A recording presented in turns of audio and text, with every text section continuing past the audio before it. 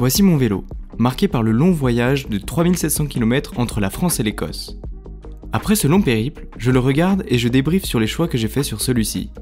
Il s'agit d'un montage totalement perso. Tous les composants ont été soigneusement choisis pour obtenir mon vélo idéal. Cependant, il m'arrive de me demander si un autre vélo aurait pu être un meilleur choix. Parce qu'en soi, j'aurais pu prendre à peu près n'importe quoi, même un vélo pliant. Mais bon, pour faire les choses bien, il faut avant tout savoir ce qui correspond aux besoins de son tracé. Tu as donc le choix entre plusieurs vélos. Par exemple, tu peux prendre les vélos dits vélos de voyage, construits spécialement pour ça. Tu peux prendre un vélo de route, un VTT, tu peux également prendre un gravel, voire des vélos un peu plus exotiques, tels qu'un fixie ou single speed, un tandem, un vélo pliant, ou que sais-je encore. Chaque vélo aura ses avantages et ses inconvénients. En général, et j'insiste sur le en général, c'est-à-dire sur des vélos de gamme équivalente, un vélo route sera plus léger et sera plus efficace sur route goudronnée.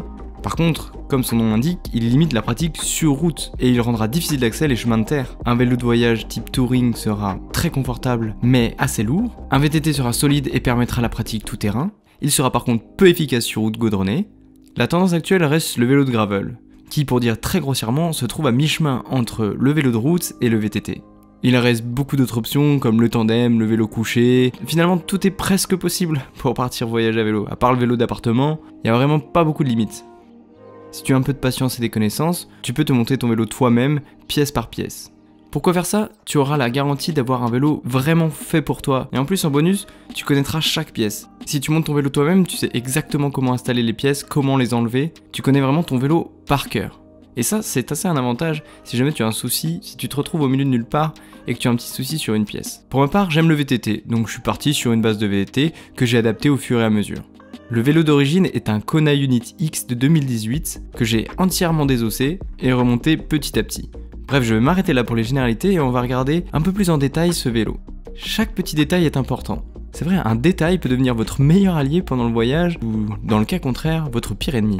Laisse-moi donc te montrer les petits détails qui, pour moi, changent la donne. Tous les choix que j'ai faits sur ce vélo se basent sur des préférences personnelles. Encore une fois, nous sommes tous différents, mais quand même, certaines choses se retrouvent chez beaucoup de voyageurs à vélo.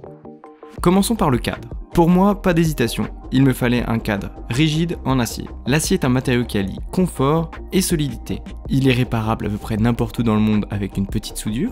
Cependant, aujourd'hui, il y a la question du carbone et de l'aluminium. Je pense que les puristes sont encore en faveur de l'acier. Mais après tout, tout peut changer, de nouveaux alliages changeront peut-être la donne. Quand je vois aujourd'hui le nombre de vélos catégorisés comme vélos de voyage qui utilisent des matériaux que je considérais comme fragiles, ou tout du moins difficilement réparables, non mais c'est vrai, tu peux tordre ou casser de l'acier et espérer poursuivre ta route. Par contre, tu casses du carbone, là c'est beaucoup plus compliqué. Mais encore une fois, quand je vois des grandes marques faire des vélos pour un usage rando longue distance avec des cadres en carbone ou des fourches en carbone, je me dis que ce matériau doit être de plus en plus fiable, c'est pas possible. Enfin bon, je pense que chacun peut se faire son avis. Moi, pour ma part, je reste sur de l'acier. De toute façon, pour le confort, pour moi c'est pas discutable. Si on ne recherche pas rigidité et légèreté, vraiment, l'acier, ça reste le choix numéro 1 pour du vélo de voyage. Alors la fourche suit exactement la même logique que le cadre. Je vais préférer une fourche en acier confortable et solide. Elle absorbe très bien les chocs. En bonus, ces fourches ont souvent la capacité d'accueillir des accessoires. Mais pourquoi tu ne prends pas une fourche tout suspendue, me direz-vous? C'est bien plus confortable.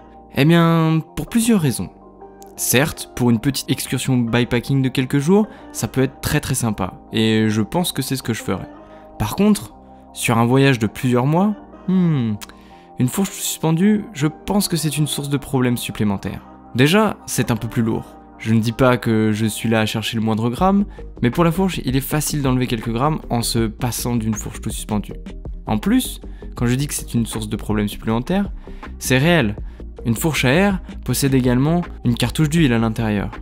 Il y a énormément de friction sur le joint, et pour une utilisation intensive, c'est-à-dire j'utilise mon vélo tous les jours sur une longue distance et en plus chargé, ça peut vraiment être fatigant pour une fourche.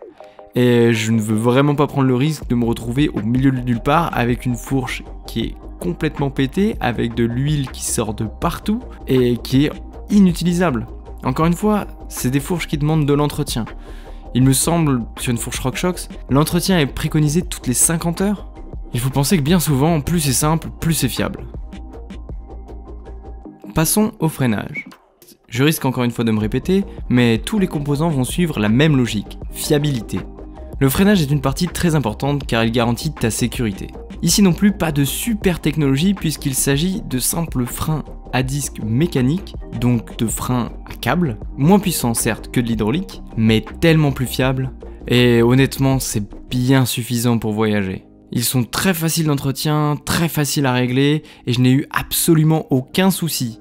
Ce modèle en particulier, les freins Avids BB5, facilement réglables avec des molettes de chaque côté pour pouvoir resserrer les plaquettes, et ainsi de pouvoir toujours garantir un très bon freinage. Je pense que tu as compris la logique avec la fourche, mais c'est exactement la même sur les freins. Si je prends des freins à disque hydraulique, c'est encore une fois une source de problème.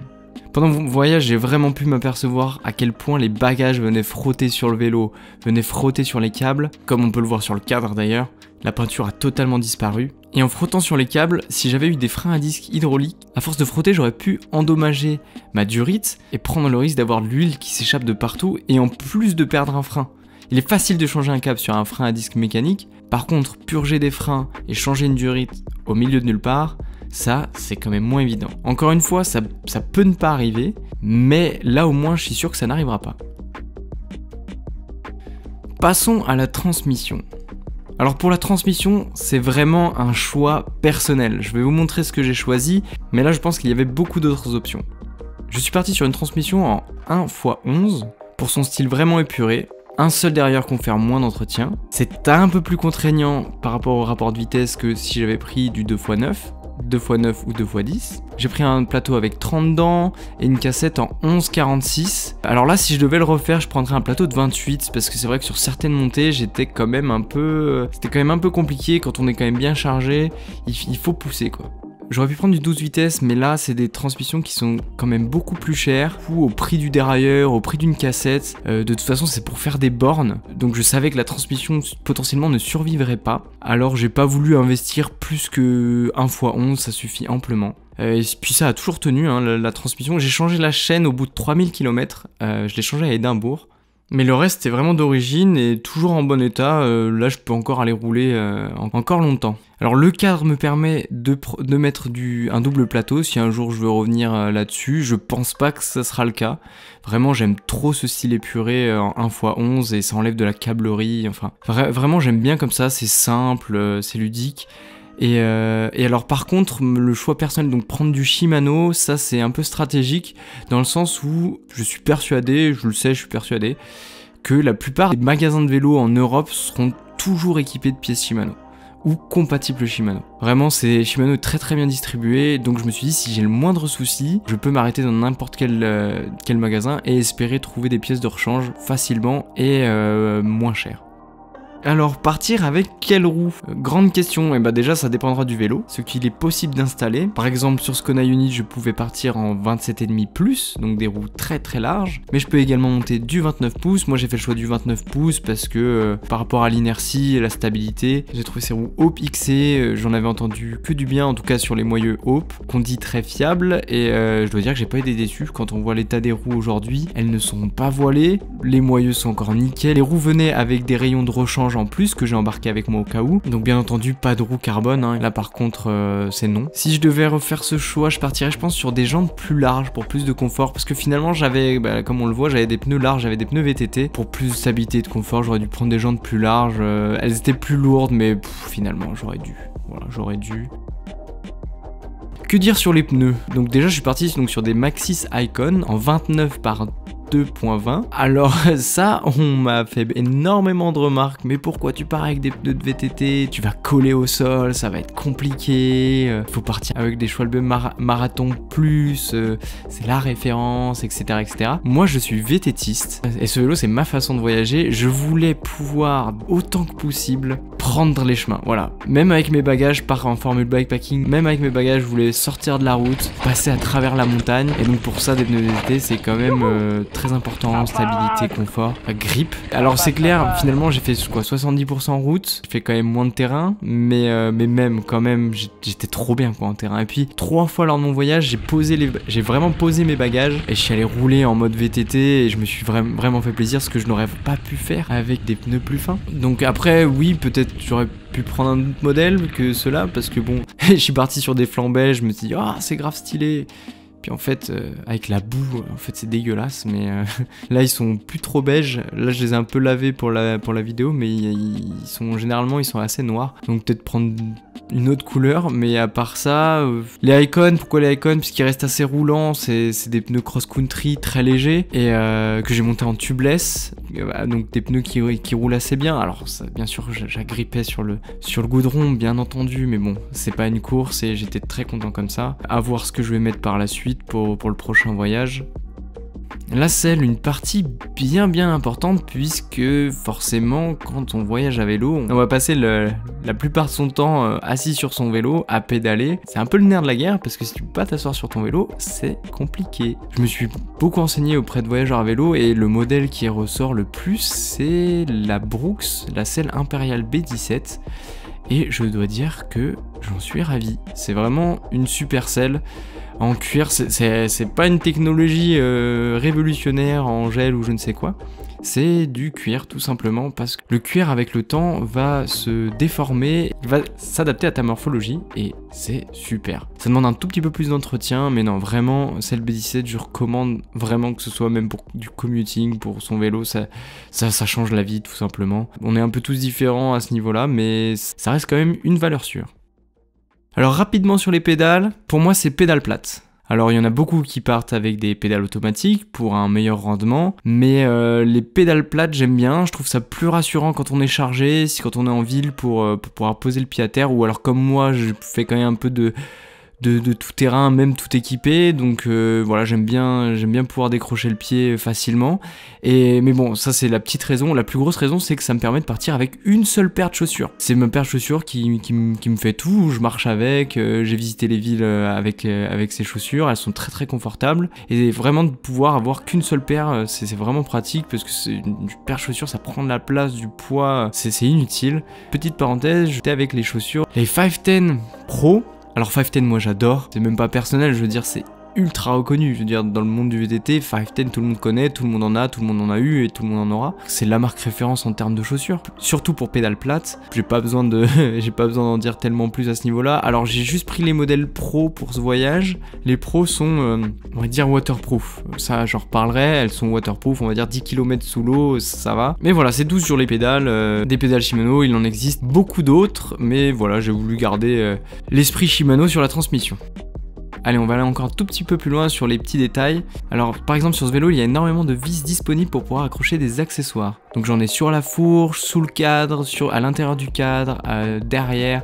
Donc vraiment, je peux venir personnaliser mon vélo et pouvoir mettre des porte-bidons ou pouvoir accrocher des sacoches un peu de partout. Voilà, le cadre avec les vis à l'intérieur. Mais qu'est-ce que tu fais, le signe là derrière? J'essaye de faire une vidéo sérieuse ici. Hello, hello. Bon, je continue, je vous laisse tranquille, je te laisse dans ton délire. Alors, autre petit détail sur ce cadre, j'ai la possibilité de pouvoir modifier l'empattement, donc là, de pouvoir reculer, avancer la roue. Là, comme ça sert à rien. Mais par exemple, imaginons que je casse mon dérailleur, et ben pour pouvoir poursuivre ma route, je peux tout simplement passer en single speed. Pour me dépanner, je peux me servir du cadre en fait comme tendeur de chaîne. Voilà, c'est un petit détail assez sympathique. Je suis très content de ne pas l'avoir utilisé, mais c'est là. Je peux accrocher un porte-bagages. Alors quand j'ai commencé mon voyage, je n'avais pas de porte-bagages, j'ai dû en mettre un. Alors mon porte-bagages que j'ai incliné un peu sur l'avant, je me suis un peu inspiré d'un vélo que j'ai vu et je trouvais ça stylé. Alors bien sûr je me suis inspiré, hein. Finalement ça ressemble pas du tout à ça, mais c'était l'idée. J'ai pu mettre des axes anti-vol. Voilà, un petit détail encore pour le voyage. Quand je dis anti-vol, en soi, c'est pas inviolable, mais bon, c'est plus pour me rassurer. Un cintre en titane Thomson pour plus de confort. Alors, le titane est un matériau très cher, très confortable. C'est un matériau assez rare. J'ai uniquement le cintre pour du confort et de la légèreté. C'est ultra costaud aussi. Voilà, ça c'est un peu le détail que j'ai rajouté à la fin. Il me restait un peu dans mon budget, je me suis fait plaisir. C'est pas le plus important. Le plus important c'est d'avoir un poste de pilotage qui vous correspond au niveau de la position. Moi par exemple j'ai commencé le voyage avec une potence trop longue que j'ai dû raccourcir, là je suis maintenant sur une 50 et je pense que je vais devoir raccourcir un petit peu encore. Voilà, des gaines de câble oula, la prononciation Jaguar, ouais, qui sont un peu usées, mais je pense que c'est avec le frottement des sacoches, comme je le disais en début de vidéo, frottement des sacoches, ça s'est un petit peu abîmé. Bon après, ça aurait été pareil avec n'importe quelle gaine, n'importe quel câble. Voilà, le vélo il a voyagé, il a vécu, mais c'est fait pour ça aussi. Moi je trouve ça bien, quand je le vois, je sais que j'ai voyagé, je sais qu'on a galéré, et ça me fait quand même plaisir, ça me fait sourire. Donc pour l'instant, tant que ça peut continuer, je laisse comme ça. Voilà, je pense qu'il y a encore énormément à dire sur le sujet. Je pense qu'il faudrait plusieurs personnes pour en débattre. Et encore, je pense que ça serait interminable. Mais ça, c'était voilà mon avis. C'est totalement parallèle de la petite série que j'ai essayé de construire sur le voyage que j'ai fait l'année dernière, de mon voyage jusqu'en Écosse, que je vous invite à suivre également. Il y aura rapidement une autre vidéo qui continuera celle-ci sur les sacoches de vélo que j'ai utilisées. Je pense que ça peut être intéressant, surtout que j'ai eu plus de galères que ce que je pensais. Voilà, c'était mon avis sur le sujet. Je vous remercie d'avoir regardé et je vous dis à la prochaine.